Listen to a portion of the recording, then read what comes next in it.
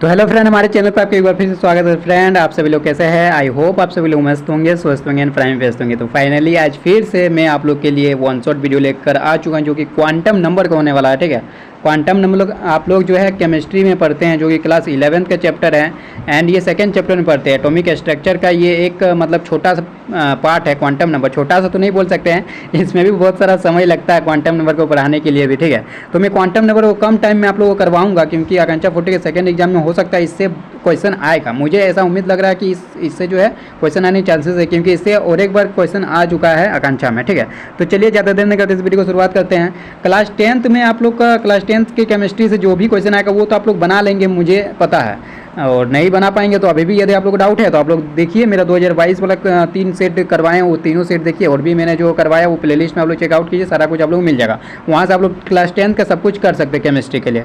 लेकिन क्लास 11 से भी केमिस्ट्री में देखा जा रहा है कि आप लोग को पूछा जाता है, तो मैं क्लास 11 का भी आप लोग का जो कंप्लीट करवाने की कोशिश कर रहा हूँ, छोटा छोटा वीडियो बना के। छोटा छोटा क्या मतलब पूरा वन शॉट ही वीडियो बना रहा हूँ। तो चलिए आज क्वांटम नंबर को हम लोग निपटाते हैं, क्वांटम नंबर। और मैं बता दूँ, इस वीडियो को देखने के बाद क्वांटम नंबर का आप जो क्वेश्चन है जेई में जो क्वेश्चन पूछा जाता है या फिर नीट में जो क्वेश्चन पूछा जाता है, वो सारा क्वेश्चन भी आप बना सकते हैं। 90% क्वेश्चन आप जो है इस वीडियो को देखने के बाद क्वांटम नंबर का बना पाएंगे, जो कि जेई मेंस में पूछा जाता है और नीट में जो पूछा जाता है। ठीक है, तो उसी के अनुसार मैं इस वीडियो को बना रहा हूँ। तो चलिए हमारा क्वांटम नंबर में हम लोग पढ़ते हैं। ज़्यादा इसमें डिस्कस नहीं करूंगा, लेकिन वैसा टर्म बताऊंगा जिससे आप लोग जो है क्वेश्चन आराम से बना सकते हैं। तो प्रिंसिपल क्वांटम नंबर देखिए, 4 क्वांटम नंबर होता है। क्वांटम नंबर हम लोग 4 तरह का पढ़ते हैं। एक होता है प्रिंसिपल क्वांटम नंबर, जिसको स्मॉल n से डिनोट करते हैं। एक होता है एजीमुथल क्वांटम नंबर, जिसको हम लोग स्मॉल l से डिनोट करते हैं। एक होता है मैग्नेटिक क्वांटम नंबर, जिसको m से डिनोट करते हैं, स्मॉल m से, या फिर इस तरह से भी लिखा हुआ हो सकता है, m और नीचे में l लिखा हुआ रहेगा, तो इसको बोला जाता है मैग्नेटिक क्वांटम नंबर। और एक क्वांटम नंबर होता है स्पिन क्वांटम नंबर, जिसको हम लोग s से डिनोट करते हैं, या फिर हम लोग इस तरह से m और s इस तरह से लिखा हुआ रहेगा, तो हम लोग समझ सकेंगे कि ये स्पिन क्वांटम नंबर है। ये 4 क्वांटम नंबर हम लोग पढ़ते हैं। तो पहला हम लोग पढ़ते हैं quantum principal quantum number. Principal quantum number क्या दिखाता है कि ये सेल दिखाता, सेल को दिखाता। सेल मतलब समझ रहे ना, ऑर्बिट जो होता है, जो इलेक्ट्रॉन जिधर चक्कर लगाता है, जिसके चारों चक्कर लगाता है, उसी को बोला जाता है ऑर्बिट, जिसको बोला जाता है सेल। तो प्रिंसिपल क्वांटम नंबर मतलब होता है कि ये सेल को रिप्रेजेंट करता है, साथ ही साथ ऑर्बिट को और एनर्जी लेवल को। एनर्जी हम लोग कैसे पता कर सकते हैं? प्रिंसिपल क्वांटम नंबर से। Principal quantum number energy level को दिखाता है। ठीक है, इतना आप लोगों को जानना होगा। मैं शॉर्ट एंड क्रिस्प में रखना चाहूँगा, ताकि आप लोग का जो है इतना टाइम भी नहीं है कि मैं पूरे डिटेल में आप लोग को बता पाऊँ, और आप लोग के पास भी उतना टाइम नहीं है, 2 दिन बाद एग्जाम है। ठीक है, अब आते हैं एजीमुथल क्वांटम नंबर, जिसको स्मॉल l से डिनोट करते हैं। और ये क्या डिनोट करता है? ये सब सेल को दिखाता है। जैसे स्मॉल n हमारा जो प्रिंसिपल क्वांटम नंबर था वो सेल को दिखा रहा था, उसी तरह एजीमुथल क्वांटम नंबर सब सेल को दिखाता है। वो ऑर्बिट को दिखा रहा था, तो ये सब ऑर्बिट को दिखाता है। वो एनर्जी लेवल को दिखा रहा था, तो ये सब एनर्जी लेवल को दिखा रहा है। ठीक है, तो इस तरह से भी आप लोग क्वेश्चन पूछा जा सकता है। जितना भी पॉइंट बता रहा हूँ सबसे क्वेश्चन बनाया जा सकता है। देखिए l का वैल्यू कुछ होता है, l equal to 0 to n-1। ठीक है, n का जो वैल्यू होता है उससे एक कम होता है n का वैल्यू, और 0 से n-1 लेना। जैसे मान लीजिए मैं दूंगा n इक्वल टू 3 दूंगा, तो और पूछूंगा l इक्वल टू क्या होगा, तो l इक्वल टू क्या बताया? 0 to n-1, 0 से n-1, तो 0 होगा, फिर 1 होगा, फिर 2 होगा। n-1 मतलब कि क्या? n-1 की जगह तो 2 होगा ना, तो 2 तक ही जा पाएंगे। 0 से शुरू करना है और n-1 तक जाना है, तो 0 से शुरू किया और n-1, जो कि इसमें n-1 की जगह 2 आएगा, तो 2 तक मैंने किया। तो n इक्वल टू 3 रहेगा, तो l इक्वल टू हम लोग लिख सकते हैं 0, 1 और 2। ठीक है, इस तरह से हम लोग लिख सकते हैं। अब देखिए l इक्वल टू 0 जो है उसको हम लोग बोलते हैं s सबसेल बोलते हैं उसको। ठीक है, s सबसेल होता है। जैसे आप लोग पढ़े होंगे K-L-M-N, ये सारा कुछ हुआ क्या? ये सेल आप लोग पढ़े होंगे, जो कि ऑर्बिट हुआ। K ऑर्बिट हो गया, L orbit, M orbit, N orbit, ये ऑर्बिट पर है ना। अब आते हैं सब ऑर्बिट, जिसको बोला जाता है सब सेल। ठीक है, इसके अंदर भी ऑर्बिट होता है, उसको बोला जाता है सब ऑर्बिट, जिसको बोला जाता है सब सेल। तो उसमें देखिए SPDF आप लोग पढ़ेंगे। ठीक है, अब आगे से हम लोग SPDF आप लोग जो है पढ़ने वाला 11 से। तो देखिए l इक्वल टू 0 है, उसी को बोला जाता है s। ठीक है, l इक्वल टू 0 को s बोला जाता है, l इक्वल टू 1 को बोला जाता है p, l इक्वल टू 2 को बोला जाता है d, l इक्वल टू 3 को बोला जाता है f। ठीक है, और ये सब क्या है? आप लोग का सब ऑर्बिट है, सब सेल है। ठीक है, एंड देखिए सबका शेप भी आप लोग को पूछा जा सकता है कि एस सबसेल जो है वो कौन सा शेप का होता है। तो जो एस सबसेल है वो हमारा स्फेरिकल होता है, मतलब कि गोल होता है, इस तरह से होता है स्फेरिकल। ठीक है, एस सबसेल। और जो पी होता है वो डम्बल होता है। डम्बल मतलब कुछ इस तरह से होता है, मान लीजिए एक्स वाई एक्सिस हो गया, तो ये हमारा ये इस तरह से होता है हमारा पी सब सेल, ठीक है। इस तरह से ये जो मैं ब्लू कलर से दिखाने की कोशिश कर रहा हूँ, ये देखिए ये हो गया पी सब सेल। इस तरह से पी सब सेल रहेगा, या फिर इस तरह से भी रह सकता है, ठीक है। तो पी सब सेल ये हो गया। और डी सब सेल होता है डबल डम्बल, ये होता है डम्बल, और डी सब सेल हो गया डबल डम्बल। मान लीजिए एक्स वाई प्लेन है, डबल डम्बल दिखाने ये इस तरह से हो सकता है, ये एक डंबल दो डंबल, ये हो गया डी सब सेल, कुछ इस तरह से इसका शेप होता है। और जो एफ सब सेल होता है वो कॉम्प्लेक्स शेप होता है, मतलब इसको डिफाइन करना मतलब पॉसिबिलिटी नहीं है। कॉम्प्लेक्स उसका शेप ही कुछ अलग तरीके होगा, कॉम्प्लेक्स टाइप में, ठीक है। चलिए इतना देख लिया। बात है हम लोग मैग्नेटिक क्वांटम नंबर, ठीक है। 2 क्वांटम नंबर देख लिया। अब तीसरा क्वांटम नंबर है मैग्नेटिक क्वांटम नंबर, जो ओरिएंटेशन को दिखाता है। ओरिएंटेशन मतलब एक तरह का डायरेक्शन, ठीक है, डायरेक्शनल नेचर को दिखाता है जो हमारा magnetic quantum number. Orientation direct याद रखना, ओरिएंटेशन को दिखाता है मैग्नेटिक क्वांटम नंबर। और मैग्नेटिक क्वांटम नंबर का भी जो वैल्यू है वो -L to +L होता है। जैसे कि मैंने बताया, जैसे n = 3 है तो यहाँ पर बताया, तो L = क्या हो सकता है, L = 0 भी हो सकता है, L = 1 भी हो सकता है, L = 2 भी हो सकता है, n = 3 के लिए। अब देखिए m = क्या होगा, यदि L = 0 है, L = 0 हो तो m = क्या होगा, -L to +L, ठीक है। L का माइनस साइन के साथ लेना है, +L तक जाना है, तो m = ये 0 हो जाएगा। यदि L = 1 है तो m = क्या हो जाएगा, -1 to +1, -1 to +1 होगा, मतलब -1 हो जाएगा, 0 हो जाएगा, फिर +1 होगा। और L = 2 है तो m = क्या आ जाएगा, -2 to 2 हो जाएगा, -2 से +2, मतलब क्या -2 हो जाएगा, -1 हो जाएगा, 0 हो जाएगा, 1 हो जाएगा, 2 हो जाएगा। समझ रहे हैं। इस तरह से यदि इतना कुछ आप लोग समझ रहे हैं तो आप लोग ये जेईई का क्वेश्चन बहुत इजीली बना सकते हैं, यदि आप लोग समझ में आ रहा होगा तो, ठीक है। और अभी क्वेश्चन दिखाऊंगे इसमें, और भी क्वेश्चन जो कि आप लोग का आने वाला होगा, तो उस तरह से आप लोग जो है बना लेंगे। तो ये समझ गए, ये सब कुछ याद रखना है। L = 0 to n-1 होता है, और m = -L to +L होता है, ठीक है। जैसे यहाँ पर एग्जांपल मैंने तो समझा ही दिया, फिर भी यहाँ पर देखिए L = 0 होगा तो m = 0 होगा। L = यदि 1 है तो m = क्या होगा, -L to +L होता है ना, तो -1 to +1, तो -1 0 1 हो गया, ठीक है। अब आते हैं हम लोग स्पिन क्वांटम नंबर, जो कि लास्ट क्वांटम नंबर है।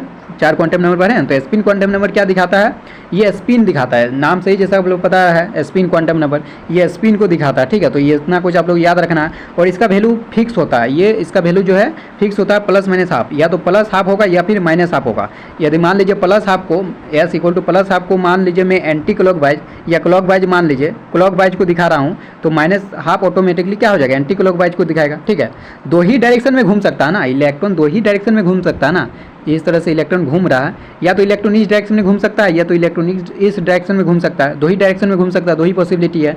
इसलिए एस का वैल्यू होता है +-½ एक +½ का मतलब मैंने समझा दिया। +½ को मान लीजिए मैं कुछ भी मान सकता है, आप मान लीजिए इसको एंटी क्लॉकवाइज मानेंगे तो एंटी क्लॉकवाइज मान सकते हैं, मैं इसको क्लॉकवाइज मानूंगा तो मैं क्लॉकवाइज मान सकता हूँ, जो भी मानना है। लेकिन मान लीजिए इसको एंटी क्लॉकवाइज माने हैं तो -½ को आपको मानना होगा ये क्लॉकवाइज होगा, ठीक है। दोनों एक दूसरे का ऑपोजिट होगा, ये क्लॉकवाइज तो वो एंटी क्लॉकवाइज, समझ गए। चलिए अब हम लोग आगे चलते हैं। डिस्क्राइब द सबसेल, जैसा कि ये तो डिस्क्राइब करने बोल रहा है, तो इसमें कुछ हम लोग देख लेते हैं ताकि आप लोगों को समझ में आ जाए। जैसे n = मान लीजिए 3 दिया हुआ है और L = 0 दिया हो, तो इसको हम लोग क्या लिखते हैं, तो मैंने बताया L = 0 के लिए क्या होगा, यहाँ ऊपर में देखिए L = 0 के लिए मैंने S बताया है, ठीक है। थोड़ा सा ऊपर करते देखिए, L = 0 के लिए S बताया, L = 1 के लिए P बताया, L = 2 के लिए D बताया, L = 3 के लिए F बताया, ठीक है। तो इस तरह से आप लोग याद होना चाहिए। 0 S के लिए होता है, L = 0 S के लिए होता है, L = 1 P के लिए, L = 2 D के लिए, L = 3 आपका F के लिए। तो चलिए अब हम लोग इसको देखते हैं, डिस्क्राइब द सबसेल को, ठीक है। कौन सा सबसेल होगा ये हमसे पूछा जा रहा है। यदि n = 3 है और L = 0 है तो कौन सा सबसेल होगा, बताइए कौन सा सबसेल होगा। n = 3 के लिए हम लोग 3 लिख देंगे यहाँ पर, ठीक है। मैं इसको जूम करके लिखता हूँ, यहाँ पर मैं जूम कर दिया, ठीक है। अब देखिए लिखता हूँ, n = 3 है ना, तो इसके लिए 3 लिख दिया।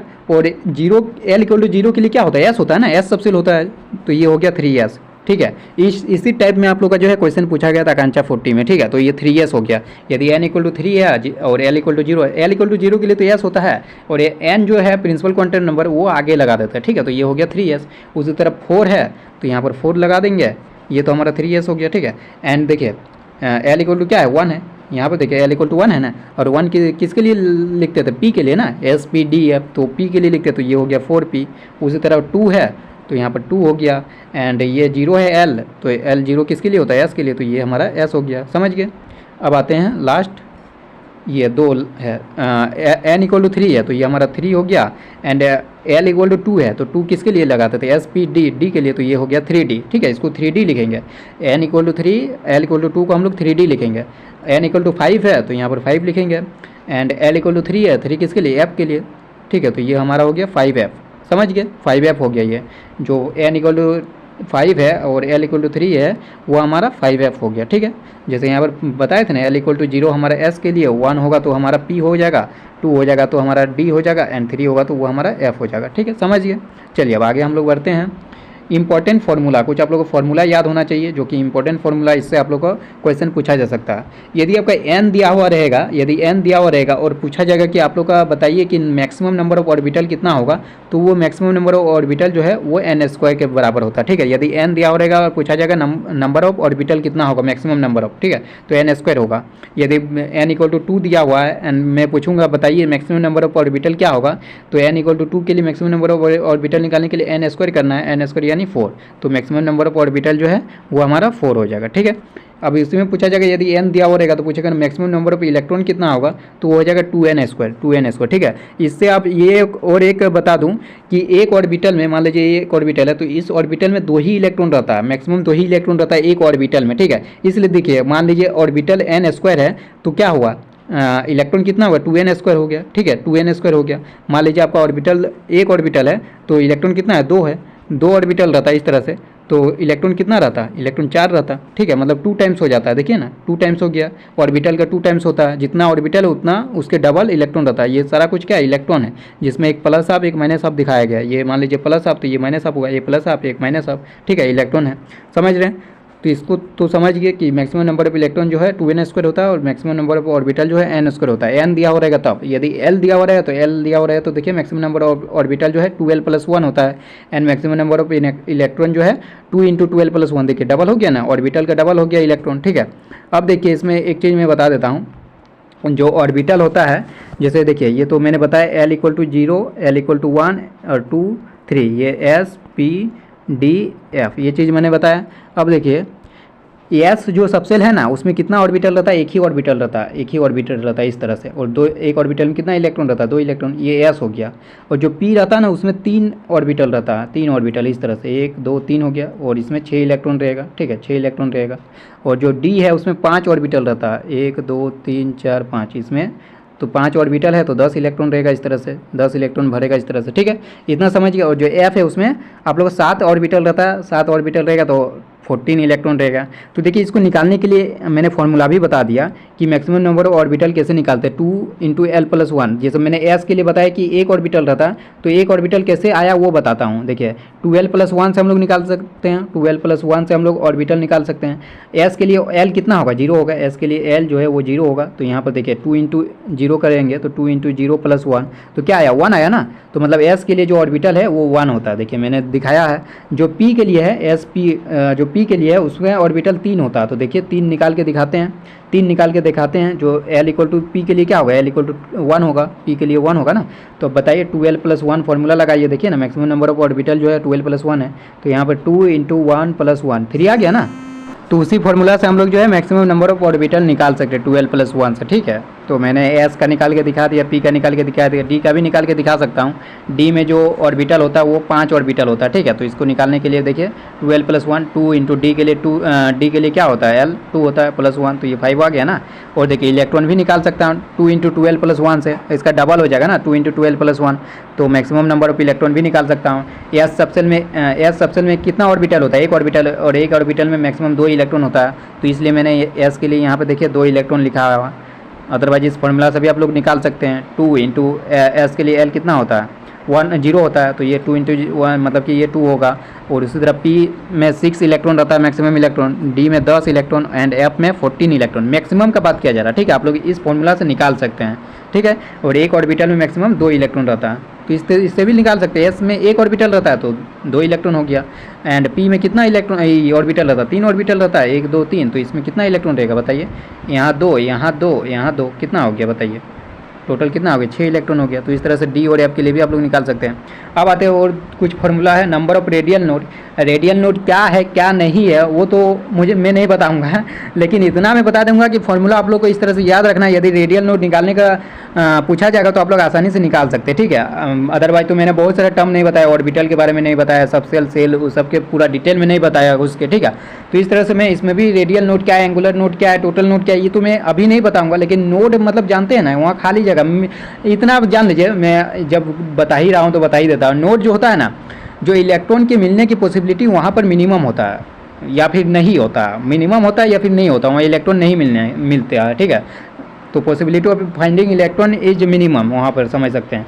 तो नंबर ऑफ रेडियल नोड जो है, रेडियल नोड निकालने का फॉर्मूला होता है, यह रेडियल नोड को हम लोग और एक नाम से जानते हैं स्फेरिकल नोड, और एक नाम होता है नोडल सरफेस। तो तीनों में से कोई भी पूछा जाएगा कि नंबर ऑफ रेडियल नोड निकाले, नंबर ऑफ स्फेरिकल नोड निकाले या फिर नंबर ऑफ नोडल सरफेस निकाले, तो उसका फॉर्मूला होता है n-l-1, ठीक है। n-l-1, n क्या है प्रिंसिपल क्वांटम नंबर, l क्या है एजीमुथल क्वांटम नंबर, -1 करना है, ठीक है। समझ गए, n-l-1 इसको फॉर्मूला लगाना है। यदि नंबर ऑफ एंगुलर नोड पूछाएगा या फिर नंबर ऑफ नोडल प्लेन पूछेगा, एंगुलर नोड या नोडल प्लेन दोनों एक ही है, ठीक है। एंगुलर नोड या फिर नोडल प्लेन दोनों एक ही है, तो इसका फॉर्मूला होता है एल, सिर्फ एल, जो कि एजीमुथल क्वांटम नंबर के इक्वल होता है, ठीक है। पूछा जाएगा नंबर ऑफ एंगुलर नोड बताया तो एल बता देना, ठीक है। अभी क्वेश्चन भी करवाऊंगा तब समझ में आएगा कि इस तरह से आप लोग पूछा जाएगा, ठीक है। इतना फॉर्मूला है। और टोटल नोड क्या होगा, दोनों को जोड़ देते हैं, जो रेडियल नोड है प्लस जो एंगुलर नोड है, दोनों को जोड़ देते हैं। रेडियल नोड क्या है n-l-1, n-l-1, और आपका एंगुलर नोड कितना है, l है, तो प्लस l कीजिएगा तो क्या हो गया, n-1 होगा ना। तो ये हमारा टोटल नोड होता है, ठीक है। Total node equal to n-1, समझ गए। अब क्वेश्चन की ओर चलते हैं। इतना ही थ्योरी था, ठीक है। अब इतना थ्योरी यदि अच्छी तरह से समझ गए ना, तो आप लोग जेईई मेंस का क्वेश्चन उठा के देखिएगा, नीट का क्वेश्चन उठा के देखिएगा, मैक्सिमम क्वेश्चन आप खुद बना लेंगे, ठीक है। अभी बना के दिखाऊंगा, ये सब क्वेश्चन भी देख लीजिए, उसके बाद बनेगा, ठीक है। इतना थ्योरी समझिए तो आराम से बन जाएगा। चलिए मैं दिखाता हूँ क्वेश्चन। यहाँ पर देखिए पहला, चलिए तो कुछ क्वेश्चन बना के देख लेते हैं। Calculate the value of n, l and m for 7p, 3s, 5d। तो चलिए निकाल के देखते हैं। पहले हम लोग 7p का निकालते हैं, तो 7p, यहाँ पर 7p है, तो बताइए l का वैल्यू क्या होगा। l जो होता है, सॉरी n का वैल्यू क्या होगा, पहले n का वैल्यू निकालना है। जो प्रिंसिपल क्वांटम नंबर है वो ये जो है ना, ये डिजिट यही होता है प्रिंसिपल क्वांटम नंबर, जो पहले लिखा जाता है। जैसे कि मैंने यहाँ पर लिख के बताया था ना, इसमें क्या लिखा था, n=3 था, तो मैंने यहाँ पहले 3 लिखा था। उसके बाद l=0 किसके लिए होता है, s के लिए, तो मैंने 3s लिखा था ना। तो ये n का वैल्यू है और s क्या है, ये जो l का दिखा रहा है, s में l का वैल्यू क्या होता है, 0 होता है, समझ गए ना। तो उसी तरह से ये क्वेश्चन रिवर्स है, ठीक है। तो 7p में हमको l का वैल्यू पता करना है, 7p में l का वैल्यू पता करना है, n का वैल्यू पता करना है, तो n=7 हो जाएगा, ये है। और l क्या हो जाएगा, l बताइए l क्या हो जाएगा, तो p है, कितने l के किस वैल्यू के लिए p होता है, बताइए l के किस वैल्यू के लिए p होता है, 1 के लिए ना, l=1 पर p होता है, समझ रहे ना। l=0 पे s होता है, l=1 पर p होता है। और क्या बोला जा रहा है, m बोला जा रहा है, m क्या होगा, तो बताइए m क्या होगा। m का फॉर्मूला मैंने बताया था, m होता है -l2 + l, -l2 + l होता है। मतलब कि यहाँ पर m क्या होगा, -1 2 + 1, मतलब कि हो जाएगा -1 फिर 0 फिर 1, ये हो जाएगा m का वैल्यू, समझ गए। 7p को हम लोग निकाल दिए, n=7, l=1 और m=-1 0 1, ठीक है, समझिए। अब आते हैं 3s को निकालते हैं। 3s मैंने यहाँ पर लिख दिया। अब बताइए 3s के लिए n क्या होगा, n=3 होगा, जो कि यहाँ दिख रहा है, और s है, मतलब कि l=0 हो जाएगा। एंड m क्या निकालेंगे, m होता है -l2 + l, -l2 + l। तो बताइए यहाँ पर l=0 है तो m ऑटोमेटिकली 0 हो जाएगा, समझ गए ये भी। अब आते हैं 5d को बनाते हैं, फटाफट से 5d को बनाते हैं। ये होमवर्क देते क्या, 5D का होमवर्क आप लोग के लिए, चलिए होमवर्क है 5D का, या फिर मैं ही बता देता हूँ, छोड़िए 5D का मैं बना देता हूँ। देखिए यहाँ पर n क्या हो जाएगा, n=5 हो जाएगा, l क्या हो जाएगा बताइए, d है ना, तो l=3 हो जाएगा। एंड हमारा m क्या हो जाएगा, m-l2 + l, मतलब कि यहाँ पर थोड़ा जगह चाहिए, m-l2 + l, मतलब कि -3 से +3 तक हो जाएगा, -3 -2 -1 0 1 2 3, इतना हो जाएगा, ठीक है। m का वैल्यू इतना हो जाएगा, समझ रहे ना। तो चलिए अब हम लोग नेक्स्ट चलते हैं, नेक्स्ट क्वेश्चन की ओर, जिसमें कहा जा रहा total number of orbitals in n=3। तो मैंने बताया था टोटल नंबर ऑफ ऑर्बिटल का फॉर्मूला, ठीक है। देखिए यहाँ पर बताया था total number of maximum number of orbital n² होता है जब n दिया हुआ रहेगा तो, और यदि l दिया हुआ रहेगा तो मैक्सिमम नंबर ऑफ ऑर्बिटल 12 + 1 होता है, ठीक है। तो वही फॉर्मूला हम लोग को लगाना है इसमें। यहाँ बोला जा रहा है टोटल नंबर ऑफ ऑर्बिटल, तो n=3 है, तो बताइए n² लगाना है ना टोटल नंबर ऑफ ऑर्बिटल के लिए, तो n² लगाएगा तो 3² यानी 9 हो जाएगा। इसके लिए तो 9 हो गया a नंबर के लिए, और इसके लिए क्या होगा 12 + 1 लगाना है इसमें, 12 + 1, क्योंकि l दिया हुआ तो 12 + 1 लगाएंगे तो क्या होगा 2 × 3 + 1, यानी कि हो गया कितना 7 हो गया। तो इसके लिए हमारा 7 हो गया, 7 नंबर ऑफ ऑर्बिटल निकल गया। टोटल नंबर ऑफ ऑर्बिटल जो है 7 निकल गया। ठीक है, समझ गए। देखिए इस क्वेश्चन को कैसे बनाते हैं। Incorrect set of quantum number पूछा जा रहा है जिसमें एन, एल, एम और एस का वैल्यू दिया हुआ है। तो इसमें सबसे पहले मैं आप लोगों को बता देता हूँ क्या इसमें कॉन्सेप्ट लगेगा। बहुत अच्छा क्वेश्चन है, जेईई मेंस में ऐसा क्वेश्चन देखने को मिलता है। ठीक है, एक क्वेश्चन तो रहता ही इस क्वांटम नंबर से रिलेटेड और ऐसा ही क्वेश्चन रहता है। ठीक है, तो देखिए कैसे बनाते हैं। सबसे पहले मैं एक कॉन्सेप्ट क्लियर करना चाहता हूँ। एन जब होता है प्रिंसिपल क्वांटम नंबर तो एल का वैल्यू क्या होता है 0 से n-1 और m का वैल्यू क्या होता है, m का वैल्यू होता है -L2 + L, इतना होता है। ठीक है, इतना आप लोग समझ में आ रहा होगा। और s का वैल्यू हमेशा ±½ होता है, इतना जानते हैं। अब देखिए क्वेश्चन को पहला ऑप्शन चेक करते हैं। n = 4 दिया हुआ है, n = 4 दिया हुआ तो 4 के लिए l = क्या हो सकता है, l = 0 भी हो सकता है। 0 से n-1 तक होता है ना, 0 से n-1 तो 0 होगा, 1 होगा, 2 होगा, 3 होगा, 3 तक होगा। ठीक है, तो l = 3 तक हो जाएगा 0 से n-1। तो यहाँ l = 0 दिया हो मतलब कि l = 0 तो हो ही सकता है ना। n = 4 के लिए l = 0 नहीं होगा, आराम से होगा, 1 भी हो जाएगा, 2 भी हो जाएगा, 3 भी हो जाएगा। तो l = 0 दिया हुआ तो मैं 0 से ही बना रहा हूँ। तो m = क्या होगा, यदि l = 0 दिया हुआ तो 0 के लिए m = क्या होता है, m = 0 होता है क्योंकि m = क्या होता है -L से +L। ठीक है, तो m = 0 हो जाएगा। और s दिया हुआ +½ तो +½ जी बिल्कुल हो सकता है क्योंकि s का 2 वैल्यू होता है, या तो +½ या तो -½ +½ दिया हुआ तो बिल्कुल सही है, -½ देता तो भी बिल्कुल सही रहता। मतलब ये सेट जो है करेक्ट सेट है क्योंकि देखिए इसमें कोई इनकरेक्ट आप लोगों को नहीं दिख रहा होगा, मतलब ये करेक्ट सेट है। ठीक है, ये करेक्ट सेट है। तो ऑप्शन बी आप चेक करते हैं। n = 3 दिया हुआ है तो n = 3 के लिए हम लोग l = क्या लिख सकते हैं, 0 लिख सकते हैं, 1 लिख सकते हैं, 2 लिख सकते हैं। तो यहाँ l = 1 दिया तो बिल्कुल l तो 1 में आ रहा है, l तो 1 आ रहा है। ठीक है, तो मतलब ये तो सही दिया हुआ है, l जो है 1 हो सकता है। n = 3 के लिए l = 1 आराम से हो जाएगा। अब m = 1 दिया है, m = 1 हो पाएगा। देखिए l = 1 के लिए m = क्या होता है -L2 + L पर है ना, m = -L2 + L तो -1 to +1 होगा, -1 हो जाएगा, 0 हो जाएगा, 1 हो जाएगा। और दिया क्या है, दिया है +1 तो +1 तो आ ही रहा है m ना। और s दिया -½ तो -½ हो सकता है, +½ भी रहता तो भी चल जाता, -½ है मतलब कि ये सेट भी जो बिल्कुल सही सेट है। अब सी सेट को देखते हैं। इसमें n = 2 दिया हुआ है तो l = 0 जी बिल्कुल हो सकता है। n = 2 के लिए 0 नहीं हो सकता, l आराम से हो जाएगा। n = 2 के लिए l होगा, 0 हो जाएगा, 1 हो जाएगा। तो 0 दिया हुआ तो बिल्कुल 0 हो ही सकता है। एंड m = 0 दिया तो जी बिल्कुल m = 0 हो सकता है। m = 0 के लिए l = 0 के लिए m = 0 होता है। और s का वैल्यू -½ दिया तो ये भी हो सकता है, मतलब ये भी करेक्ट सेट है। तो बचा हुआ ऑप्शन ही इनकरेक्ट सेट होगा जो कि डी ऑप्शन है। ठीक है, तो इस क्वेश्चन का आंसर यही होगा। अब क्या इसमें इनकरेक्ट है वो हम लोग पता लगाते हैं, देखते हैं। देखिए n = क्या दिया हुआ, 3 दिया हुआ तो n = 3 के लिए l = क्या होता है, 0 होता है, 1 होता है, 2 होता है।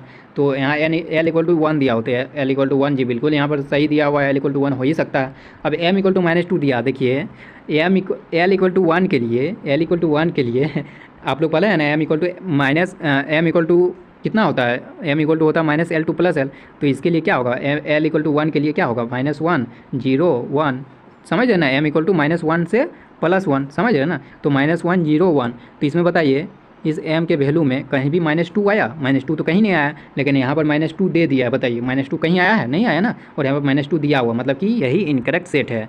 s तो +½ दिया हुआ मतलब वो चलेगा, लेकिन m जो है वो नहीं चलेगा, -2 आएगा ही नहीं इस सेट के लिए। तो ऑप्शन डी जो है करेक्ट आंसर होगा। कितना अच्छा क्वेश्चन था, सारा कॉन्सेप्ट आप लोग क्लियर हो गया होगा यदि समझ में आया होगा तो। अब चलते हैं क्वेश्चन नंबर 4। इसमें क्या कह रहा है, find number of total nodes, nodal planes, angular nodes and radial node. ठीक है, इसमें देखिए सारा नोड वगैरह क्लियर हो जाएगा। 3s के लिए बोला जा रहा है तो सबसे पहले 3s के लिए हम लोग निकालना होगा। 3s के लिए क्या निकालना होगा, 3s में आप लोग निकालना होगा कि n क्या है और l क्या है। तो 3 मतलब n = 3 हो जाएगा और l = क्या हो जाएगा, s के लिए l = 0 होता है, l = 0 हो जाएगा। अब टोटल नोड का फॉर्मूला पर है n-1 पर है ना, तो ये n = 3 है तो n-1 पर है तो क्या होगा, ये 2 हो जाएगा। एंड रेडियल नोड का फॉर्मूला क्या पर है बताइए, थोड़ा सा इसको ये कर देते हैं, बताइए यहाँ पे 2 हो जाएगा टोटल नोड। और रेडियल नोड का क्या पर है, रेडियल नोड पर है n-L-1 तो n कितना है, 3 है, l कितना है, l 0 है, -1 तो ये भी 2 हो जाएगा, ये भी 2 हो गया। ठीक है, तो इस तरह से आप लोग रेडियल नोड निकाल सकते हैं। रेडियल नोड 2 हो जाएगा। और नोडल प्लेन और एंगुलर नोड दोनों तो एक ही होता है ना, नोडल प्लेन और एंगुलर नोड दोनों एक ही होता है। दोनों को निकालने का फॉर्मूला क्या होता है, एल होता है, L simply L azimuthal quantum number की इक्वल होता है। तो एजिमुथल क्वांटम नंबर 0 है तो ये भी 0 हो गया, समझ गए। तो पहला का आंसर ये हो गया 3s वाला का। ठीक है, अब 4p वाला का देखते हैं टोटल नोड क्या होगा। तो 4p में पहले देख लेते हैं n क्या है, 4 है और l क्या है, p के लिए l क्या होता है, 1 होता है ना। तो बताइए टोटल नोट क्या होता है, n-1 कीजिएगा तो ये 3 हो जाएगा। रेडियल नोट क्या होता है, n-L-1 कीजिए, n क्या है 4 है, l क्या है 1 है, -1 कीजिएगा तो क्या होगा, ये 2 हो जाएगा। तो यहाँ पर 2 हो गया। नोडल प्लेन क्या होगा, नोडल प्लेन और एंगुलर नोड दोनों इक्वल होता है, l की इक्वल, तो ये 1 1 तो ये हो गया सेकंड नंबर का आंसर, समझ गए। अब थर्ड वाला देखते हैं 5D। इसमें l क्या है, n तो 5 है और l क्या है, l = हमारा 2 है। तो बताइए क्या होगा। टोटल नोड क्या हो गया, n-1 मतलब कि 4 हो गया। रेडियल नोड क्या हो गया, n-l-1, n-l-1 कीजिए, ये हमारा 5 माइनस l कितना 2 -1 क्या होगा, ये 2 हो गया। 5 - 3 कीजिएगा तो 2 हो गया, मतलब कि ये हमारा यहाँ पर 2 हो जाएगा। ठीक है, यहाँ पर रेडियल नोड 2 हो गया और नोडल प्लेन क्या हो गया, l के इक्वल, और एंगुलर नोड क्या हो गया, l के इक्वल। तो ये हमारा 3 का आंसर हो गया। इतना क्वेश्चन है, यदि आप लोग समझ गए मैं अभी भी बार बार बता रहा हूँ, इतना समझ गए ना आप लोग, जेई मेंस का क्वेश्चन उठाइए, नीट का क्वेश्चन उठाइए, फटाफट बन जाएगा। लेकिन अभी उठाने की ज़रूरत नहीं है, क्योंकि आप लोग का एग्ज़ाम सामने आ गया है ना, तो इधर उधर के मत पढ़िए। जितना मैं करवा रहा हूँ उतना ही सिर्फ करके जाना है। कंपेयर द एनर्जी ऑफ सब सेल। ठीक है, अब देखिए एनर्जी वाला तो अभी कॉन्सेप्ट नहीं सिखाया हूँ, लेकिन मैं सिखा देता हूँ इस क्वेश्चन के माध्यम से ही। एनर्जी जो होता है, एनर्जी निकालने का फॉर्मूला, एनर्जी कंपेयर करने का जो हम लोग का ये है कॉन्सेप्ट, वो डायरेक्टली प्रोपोर्शनल टू n+l पर आधारित होता है। मतलब कि जिसका n+l, एन क्या है, एल क्या है, वो तो मैंने ऑलरेडी बता दिया। n+l करने से जिसका ज़्यादा आएगा उसका एनर्जी ज़्यादा आएगा, जिसका n+l ज़्यादा होगा उसका एनर्जी ज़्यादा होगा। और यदि n+l इक्वल हो जाएगा तो जिसका n हो ज़्यादा होगा उसी का एनर्जी ज़्यादा होगा। जैसे मैं इसमें दिखा रहा हूँ, इसमें n+l कीजिए, क्या होगा बताइए, n+l कीजिए तो क्या होगा, n तो 3 दिया हुआ है एंड l क्या दिया हुआ है, l दिया हुआ हमारा p दिया हुआ मतलब 1 दिया हुआ, n+l कीजिएगा तो 4 हो जाएगा। तो मैं यहाँ साइड में यहाँ पर 4 लिख देता हूँ, इसके लिए 4 हो गया। ठीक है, इसके लिए 4 हो गया। एंड 4s के लिए क्या होगा, n = 4 है एंड l = 0 है 4s के लिए। ठीक है, तो n+l कीजिएगा तो ये क्या हो गया, ये भी 4 हो गया। तो यहाँ भी मैं 4 लिख देता है n+l। और यहाँ पे देखिए 5D का, तो n = 5 है और l = हमारा 2 है, तो 5 + 2 कीजिएगा तो क्या होगा, 7 हो जाएगा। ठीक है, तो मैं यहाँ पर इसके यहाँ पर 7 लिख दिया। ठीक है, अब इसके लिए देखिए 4p के लिए n = 4 है और l = हमारा 1 है ना, p क्या होता है 1 होता है, तो n+l कीजिएगा तो कितना होगा, 5 होगा। तो यहाँ पर मैं 5 लिख देगा। अब बताइए n+l किसका ज़्यादा हुआ, 5D का, तो सबसे ज़्यादा एनर्जी होगा 5D का। ठीक है, उसके बाद बताइए किसका n+l ज़्यादा है, 4p का। देखिए 5 है ना, 4p का 5 है, तो उसके बाद हो जाएगा 4p। उसके बाद बताइए किसका n+l ज़्यादा है, सर जी बिल्कुल यहाँ पर देख सकते हैं, यहाँ पर तो दोनों इक्वल है, 3p का भी 4 है, 4s का भी 4 है। तो अब बताइए किसका ज़्यादा होगा एनर्जी, ज़्यादा एनर्जी उसी का होगा जिसका प्रिंसिपल क्वांटम नंबर ज़्यादा होगा। देखिए प्रिंसिपल क्वांटम नंबर जो कि n का वैल्यू यहाँ पर 4 है और यहाँ पर n का वैल्यू 3 है, तो जिसका प्रिंसिपल क्वांटम नंबर ज़्यादा होगा उसी का एनर्जी ज़्यादा होगा। जब बराबर हो जाएगा तब n+l जब बराबर हो जाएगा तब हम देखने एनर्जी किसका ज़्यादा होगा ये देखने के लिए हम लोग प्रिंसिपल क्वांटम नंबर के पास जाते हैं। प्रिंसिपल क्वांटम नंबर जिसका ज़्यादा होता है उसका एनर्जी ज़्यादा होता है। तो 4s का प्रिंसिपल क्वांटम नंबर ज़्यादा है तो इसका एनर्जी ज़्यादा हो जाएगा, यहाँ पर हो जाएगा। उसके बाद हमारा 4s, यहाँ पर हो जाएगा 4s। उसके बाद होगा हमारा एनर्जी सबसे कम जो कि 3p का। ठीक है, ये एनर्जी का आप लोग का जो है बता दिए, एनर्जी का जो है कंपेयर कर दिए किस तरह से होगा। अब लास्ट क्वेश्चन जो कि PYQ है, जो कि आप लोग क्वेश्चन आया होता है, यही क्वेश्चन आया हुआ था। ठीक है, इतना ईजी क्वेश्चन अब लगेगा ये वाला। Using SPDF notation the orbital with quantum number n = 3 और l = 1 विल भी क्या होगा बताइए। n = 3 के लिए हम लोग 3 लिखेंगे और l = 1 के लिए क्या लिखते हैं, p लिखते हैं, तो ये हो गया 3p। 3p किस में है, ऑप्शन सी में। तो ऑप्शन सी जो है क्वेश्चन का सही जवाब होगा। ये अगेन पूछा गया क्वेश्चन है, तो इतना ईजी क्वेश्चन पूछेगा। ठीक है, अब ईजी लग रहा होगा क्योंकि मैंने पूरा डिटेल में सारा कॉन्सेप्ट बता दिया क्वांटम नंबर का। तो चलिए आज के लिए इतना ही रखते हैं, तब तक के लिए take care and bye bye.